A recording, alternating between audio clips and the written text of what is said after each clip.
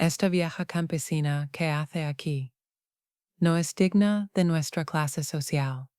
Esas fueron las palabras exactas que Cristina Mendoza de Villanueva me gritó en plena fiesta de compromiso de nuestros hijos, delante de todos los invitados, delante de toda la gente elegante que había venido a celebrar el noviazgo de mi Miguel con su hija Fernanda. Yo estaba ahí parada en mi vestido azul marino, el mejor que tenía, el que me había costado 2 meses de ahorros comprar, sosteniendo en mis manos temblorosas el regalo que había traído para los novios, una vajilla de Talavera, que había pertenecido a mi abuela, una reliquia familiar que pensé que sería perfecta para que los muchachos empezaran su nueva vida. Pero Cristina Mendoza, esa señora de sociedad con su vestido de diseñador y sus joyas que brillaban más que las luces de la casa, me miró como si fuera basura. Mi nombre es Mercedes Esperanza García, viuda de Morales. Tengo 71 años y toda mi vida la he pasado aquí en Puebla, en una casa sencilla del centro histórico que mi difunto esposo Joaquín y yo compramos con mucho esfuerzo en 1978. Soy madre de Miguel, mi único hijo, que trabajó duro para convertirse en ingeniero civil y que ahora, a los 35 años, había encontrado el amor en Fernanda Villanueva, hija de una familia acomodada de las Lomas. Desde que Miguel me presentó a Fernanda hace 8 meses, supe que íbamos a tener problemas con su familia, no por la muchacha, que era educada y cariñosa conmigo, sino por esa madre suya que desde el primer día me miró por encima del hombro, como evaluando cuánto dinero tenía, qué nivel social, qué apellidos cargaba. Pero esa noche del sábado, en la terraza de la casa de los Villanueva, en las lomas de San Andrés, Cristina Mendoza cruzó una línea que no debió haber cruzado, y lo que ella no sabía es que Mercedes García no es una vieja cualquiera que se deja pisotear por señoronas presumidas.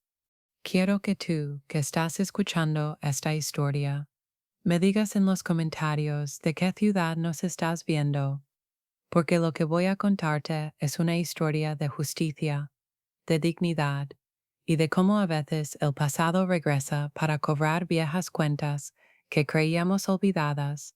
La fiesta de compromiso había empezado bien. Miguel se veía guapísimo en su traje negro, y Fernanda estaba preciosa con un vestido blanco que seguramente costaba más que mi casa entera. Yo había llegado temprano, como me gusta hacer, llevando mi regalo envuelto en papel dorado. Al principio todo parecía normal. Los invitados eran gente educada, bien vestida, que me saludaban cordialmente, aunque sin mucho entusiasmo. Era obvio que yo no pertenecía a ese mundo de lujos, pero pensé que por amor a Miguel y a Fernanda podríamos convivir en armonía. Error mío. El problema empezó cuando llegó el momento de los brindis. Miguel había pedido silencio para agradecer a todos los presentes y para presentar oficialmente a las dos familias que ahora se unirían. Quiero presentarles a mi mamá, dijo Miguel, tomando mi mano con cariño. Mercedes García, la mujer que me crió sola después de que mi papá murió, la que trabajó día y noche para darme una carrera universitaria, la que siempre me enseñó que el respeto y la honestidad valen más que todo el dinero del mundo. Los invitados aplaudieron cortésmente. Yo me sentí orgullosa de mi hijo, de lo bien que había quedado mi maquillaje, de cómo había logrado controlar mis nervios para no hacer el ridículo frente a toda esa gente elegante. Pero entonces, Cristina Mendoza tomó la palabra.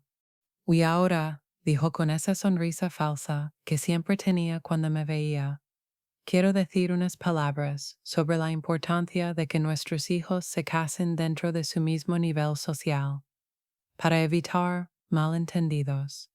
El aire en la terraza se puso tenso. Miguel frunció el ceño. Fernanda se puso pálida. Yo sentí que algo malo venía. Por supuesto que respetamos a la señora García, continuó Cristina, haciendo una pausa como si mi apellido le diera náuseas. Pero es importante que quede claro que esta unión representa la entrada de nuestra familia Villanueva a nuevos niveles. Ahí fue cuando dijo las palabras que me partieron el alma. Esta vieja campesina que hace aquí no es digna de nuestra clase social. El silencio que siguió fue ensordecedor. Era como si alguien hubiera apagado todas las conversaciones de la terraza de un jalón. Todos me miraban, algunos con lástima, otros con vergüenza ajena, unos pocos con esa curiosidad morbosa que tiene la gente cuando ve una humillación pública. Miguel se puso rojo de furia. Señora Cristina, ¿cómo se atreve a hablarle así a mi mamá? Fernanda empezó a llorar. Mamá, por favor, no hagas esto. Pero Cristina no había terminado. Se acercó a mí con esa sonrisa venenosa y me dijo en voz baja, pero lo suficientemente alta para que los invitados de las mesas cercanas escucharan. Señora García, creo que sería mejor que se retire. Esta fiesta es para gente de nuestra categoría. Estoy segura de que usted lo entiende. En ese momento, 71 años de vida pasaron por mi cabeza como película de cine. Recordé a mi madre que había sido empleada doméstica pero que me enseñó a caminar siempre con la frente en alto. Recordé a mi Joaquín que trabajó en una fábrica toda su vida pero que era el hombre más honrado que había conocido. Recordé todos los sacrificios que había hecho para que Miguel tuviera una educación. Todos los días que me levanté antes del amanecer para hacer tortillas que vendía en el mercado. Todas las noches que me quedé cosiendo hasta que se me dormían las manos. Muy también recordé algo más. Algo que había guardado en mi memoria durante 50 años. Algo sobre la familia Villanueva que Cristina Mendoza seguramente creía que nadie más sabía. Me levanté de mi silla despacio, con toda la dignidad que me quedaba. Tomé mi bolso, mi regalo sin abrir, y miré a Cristina directamente a los ojos. Tiene razón, señora Mendoza, le dije con voz calmada. Yo no pertenezco aquí. Yo pertenezco a un mundo donde la gente se gana lo que tiene con trabajo honesto. Miguel trató de detenerme. Mamá, no se vaya. Yo hablo con... No, mijito, le dije tocando su cara con cariño. Disfruta tu fiesta. Nos vemos después. Caminé hacia la salida de esa casa ostentosa, con toda la gente mirándome, con los murmullos siguiéndome como sombra. Pero antes de llegar a la puerta, me volteé hacia Cristina una última vez. Por cierto, señora Mendoza, le dije en voz alta para que todos escucharan, salúdeme mucho a su papá, el señor Villanueva. Dígale que Mercedes García le manda saludos. Él va a entender. Vi cómo la cara de Cristina cambiaba de color. Vi cómo se le borraba la sonrisa de prepotencia. Y en ese momento supe que mi flecha había dado en el blanco, porque yo sabía algo que Cristina creía que nadie más sabía. Sabía de dónde venía realmente el dinero de la familia Villanueva. Sabía qué había pasado en 1975 con los terrenos de mi familia. Y sabía que había llegado el momento de cobrar una cuenta pendiente de casi 50 años. Esa noche, cuando llegué a mi casa, no pude dormir. Me senté en mi sillón favorito, el mismo donde mi Joaquín se sentaba a leer el periódico todas las tardes, y saqué de mi ropero una caja de metal que no había abierto en décadas.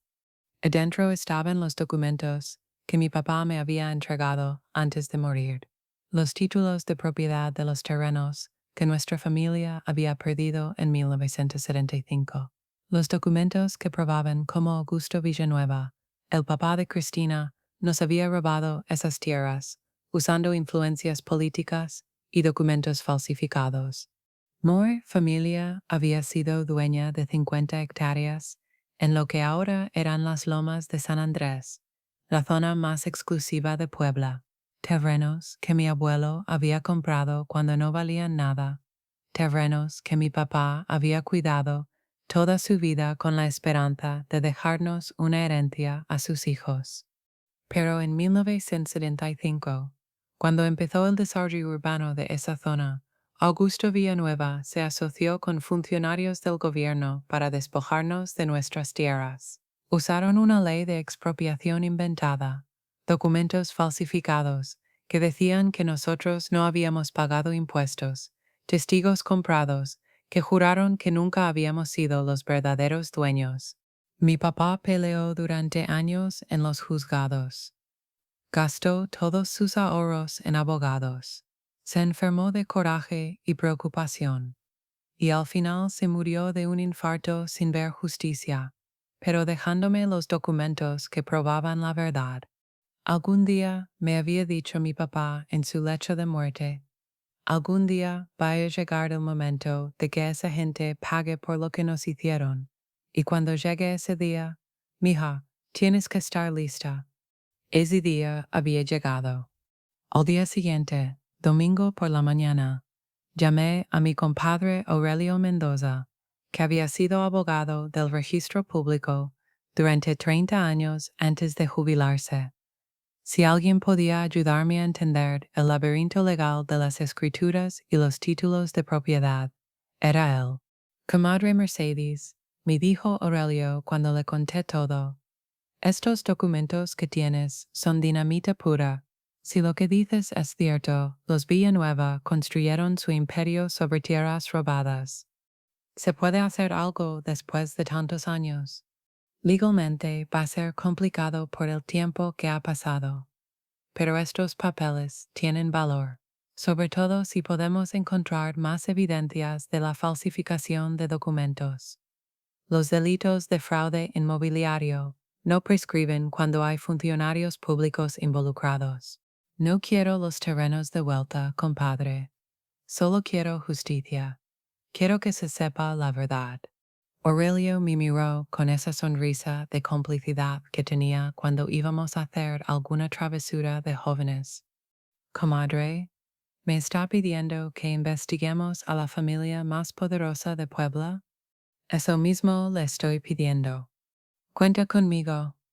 Los siguientes días fueron de investigación intensa.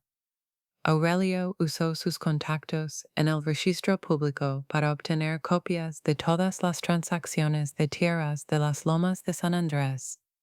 Entre 1970 y yo fui a visitar a doña Carmen Flores, que había sido secretaria del municipio durante esos años, y que ahora tenía 80 años, pero una memoria de elefante.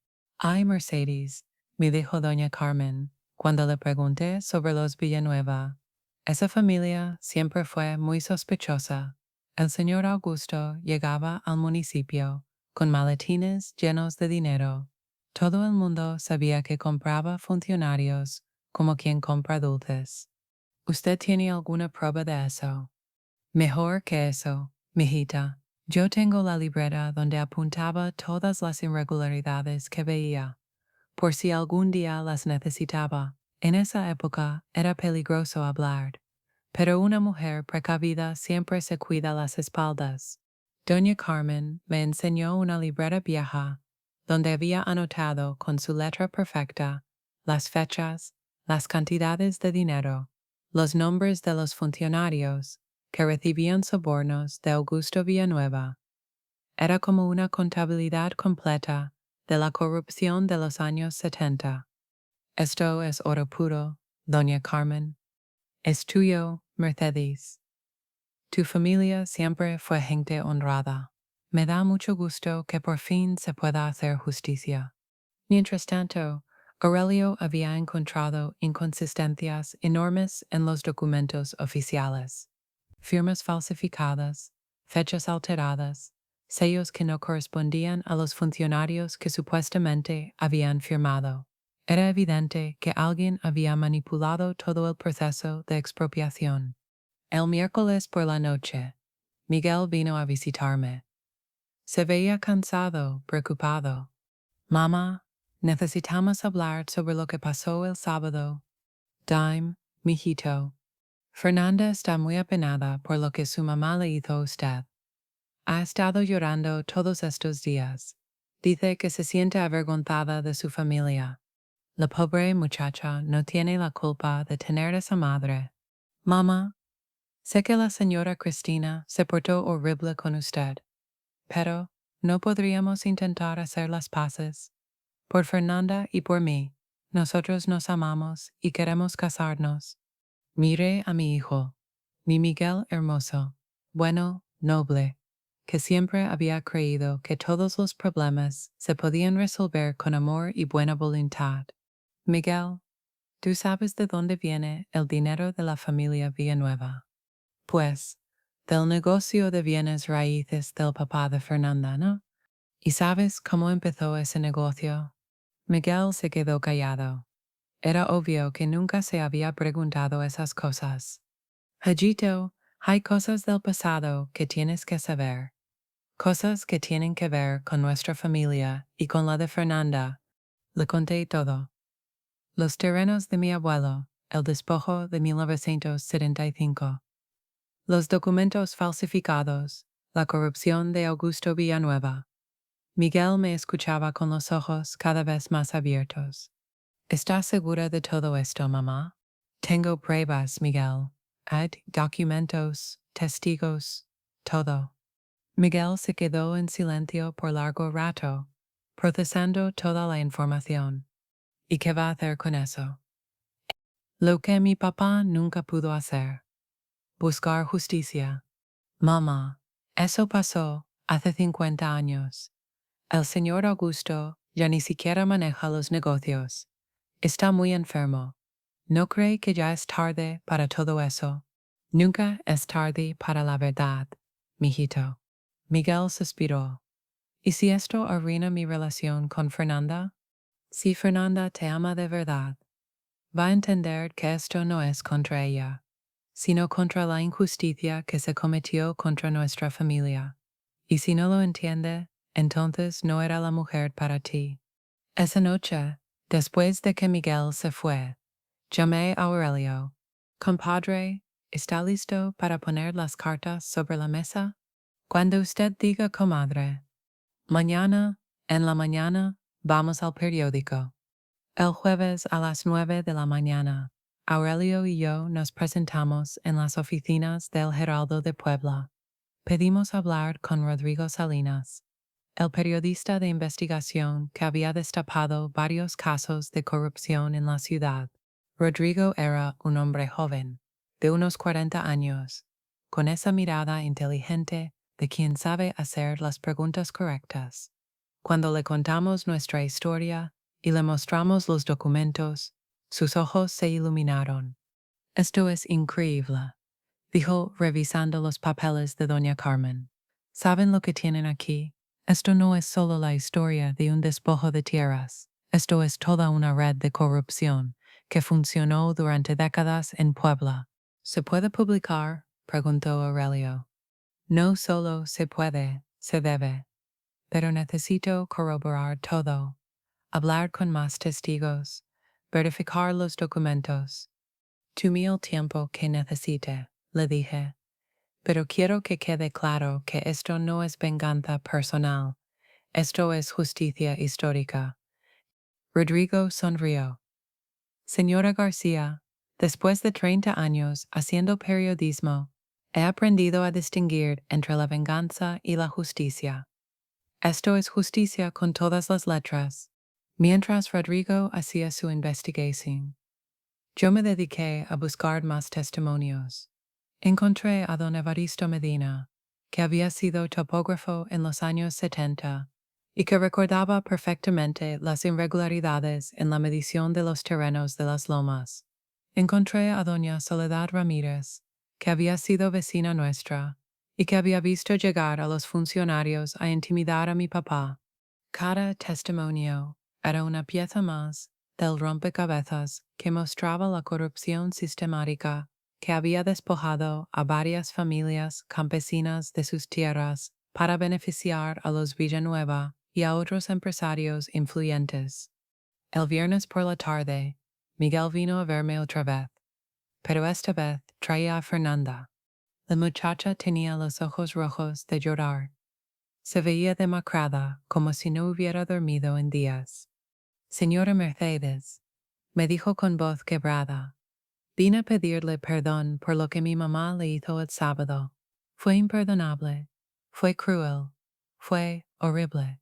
Hija, tú no tienes que pedirme perdón por algo que no hiciste, pero sí tengo que hacerlo. Mi mamá actuó en nombre de mi familia, y yo soy parte de esa familia.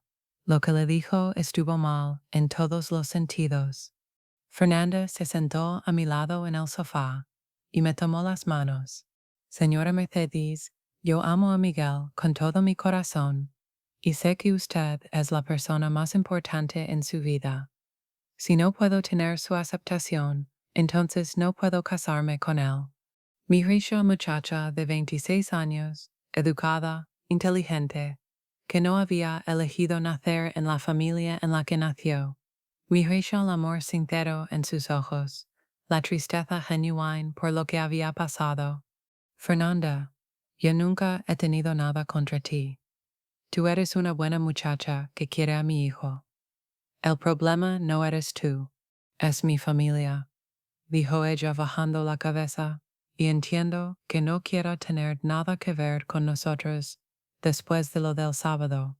Hija, hay cosas que tú no sabes, cosas del pasado que van más allá de la humillación del sábado. Y ahí, sentada en mi sala, les conté a Miguel y a Fernanda toda la historia, los terrenos robados, los documentos falsificados, la corrupción de Augusto Villanueva, las pruebas que había encontrado, la investigación que se estaba haciendo. Fernanda se puso pálida como papel. Mi abuelo hizo todo eso. Según las pruebas que tengo, sí. Fernanda empezó a llorar otra vez. Pero estas lágrimas eran diferentes. Eran lágrimas de shock, de desilusión, de darse cuenta de que su familia había construido su riqueza sobre la desgracia de otros. ¿Por qué nunca nadie me dijo nada? ¿Por qué mi papá nunca me contó de dónde venía realmente el dinero? Probablemente porque él tampoco sabía toda la verdad. Le dije con compasión, los hijos a veces heredan las fortunas, sin heredar los secretos. Miguel tomó la mano de Fernanda. ¿Y ahora qué pasa con nosotros? Eso depende de ustedes. Les dije. Y depende de lo que la familia Villanueva decida hacer cuando salga toda esta información. El domingo en la mañana, el Heraldo de Puebla publicó la investigación completa en primera plana. El titular decía, el despojo histórico, cómo se forjó una fortuna sobre tierras robadas en las lomas de San Andrés. La investigación de Rodrigo era exhaustiva, profesional, demoledora. Había confirmado cada uno de los datos que yo le había dado. Había encontrado nuevos testimonios. Había rastreado las transacciones financieras. Había documentado todo el proceso de corrupción. La nota incluía fotografías de los documentos originales, copias de la libreta de Doña Carmen, testimonios de los testigos que habían encontrado, y un análisis legal de cómo se había consumado el fraude. Pero lo más impactante era el recuadro donde aparecía mi historia personal. La humillación del sábado en la fiesta de compromiso, mi decisión de buscar justicia histórica y la conexión entre el pasado y el presente. La señora Mercedes García, escribía Rodrigo, no busca venganza personal. Busca que se reconozca una injusticia histórica que afectó a su familia y a muchas otras familias campesinas de Puebla. Su lucha es la lucha de todos los que alguna vez fueron despojados de lo suyo por el abuso del poder y la corrupción. Para las 10 de la mañana, mi teléfono no paraba de sonar. Reporteros de otros periódicos que querían entrevistarme. Gente del barrio que quería felicitarme. Familiares lejanos que no sabían que yo había conservado esos documentos durante tantos años. Pero la llamada más importante llegó a las 11:30. Era Fernanda. Señora Mercedes, ¿puedo venir a verla? Necesito hablar con usted urgentemente. Fernanda llegó media hora después, pero no venía sola. Traía a su papá, Antonio Villanueva, un hombre de 60 años que se veía mortificado, avergonzado. Señora García, me dijo don Antonio con voz temblorosa, vine a ofrecerle la disculpa más profunda que puede dar un hombre. Acabo de leer el periódico. Acabo de enterarme de cosas sobre mi papá, que nunca había sabido. No sabía nada de esto, continuó, pero eso no me exime de responsabilidad. Yo he vivido toda mi vida de dinero que venía de esos terrenos robados. Mi casa, mis negocios, la educación de mi hija, todo viene de ahí. Don Antonio se sentó en mi sala con la cabeza entre las manos. Mi papá nunca me contó la verdad sobre cómo había adquirido esos terrenos. Yo crecí pensando que él era un empresario visionario, que había comprado tierras baratas y que había tenido la suerte de que se valorizaran. Nunca imaginé que había familias destruidas detrás de nuestra fortuna. Fernanda tomó la mano de su papá. Papá quiere hacer algo para reparar el daño. ¿Qué puedo hacer, señora García? ¿Cómo puedo reparar algo que pasó hace 50 años? ¿Cómo puedo devolver lo que mi papá les robó? Miré a esos dos seres humanos que estaban sufriendo por descubrir que su fortuna estaba construida sobre injusticia. Miré el dolor genuino en sus ojos, la vergüenza, el deseo real de hacer lo correcto. Don Antonio, yo no necesito que me devuelvan nada. Mi familia ya hizo su luto por esos terrenos hace décadas. Lo que necesito es reconocimiento público de que se cometió una injusticia y que ustedes están dispuestos a hacer lo correcto hacia adelante. ¿Qué significa hacer lo correcto? Significa que ustedes van a usar parte de su fortuna para crear un fondo de reparaciones para las otras familias que fueron despojadas junto con la mía.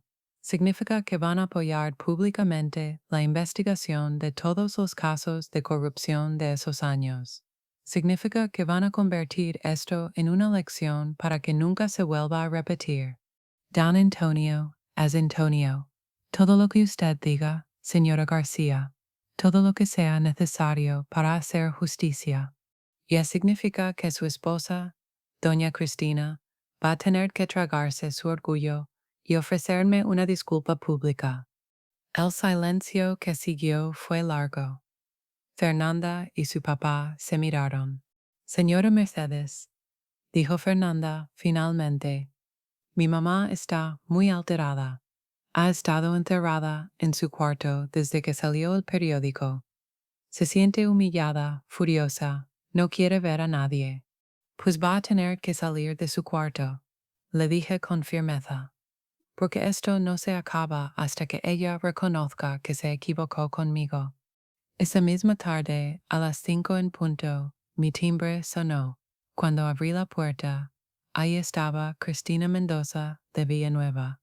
Pero no era la misma mujer altanera y presumida que me había humillado el sábado. Esta era una mujer destruida, demacrada, con ojeras profundas y el maquillaje corrido. Traía un vestido negro sencillo, sin joyas, sin todo ese despliegue de riqueza que siempre había usado como armadura. Señora García, me dijo con voz apenas audible, ¿puedo pasar? La dejé entrar. Se sentó en el borde del sofá, con las manos temblorosas, sin saber hacia dónde mirar. Vine a ofrecerle una disculpa.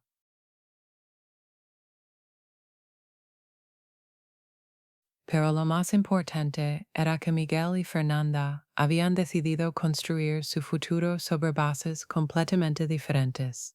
Fernanda había renunciado a su trabajo en la empresa familiar y había empezado a estudiar trabajo social para dedicarse a ayudar a comunidades vulnerables. Miguel había conseguido un contrato para construir viviendas de interés social en lugar de seguir trabajando en desarrollos de lujo. Queremos construir algo nuevo, me había dicho Fernanda, algo que no esté manchado por los errores del pasado. El mes pasado se casaron. La boda fue sencilla, en la iglesia de mi barrio, con una fiesta en el jardín de mi casa. Cristina y yo trabajamos juntas, organizando todo. Nos hicimos, si no amigas, al menos aliadas en el proyecto de construir algo mejor para nuestros hijos. El día de la boda, mientras veía a Miguel y Fernanda intercambiar votos, sentí que mi papá estaba ahí conmigo, sonriendo, sabiendo que por fin se había hecho justicia. Pero la historia no terminó ahí. 3 meses después de la boda, Rodrigo Salinas publicó una segunda investigación que había destapado una red completa de corrupción inmobiliaria que había funcionado en Puebla durante décadas.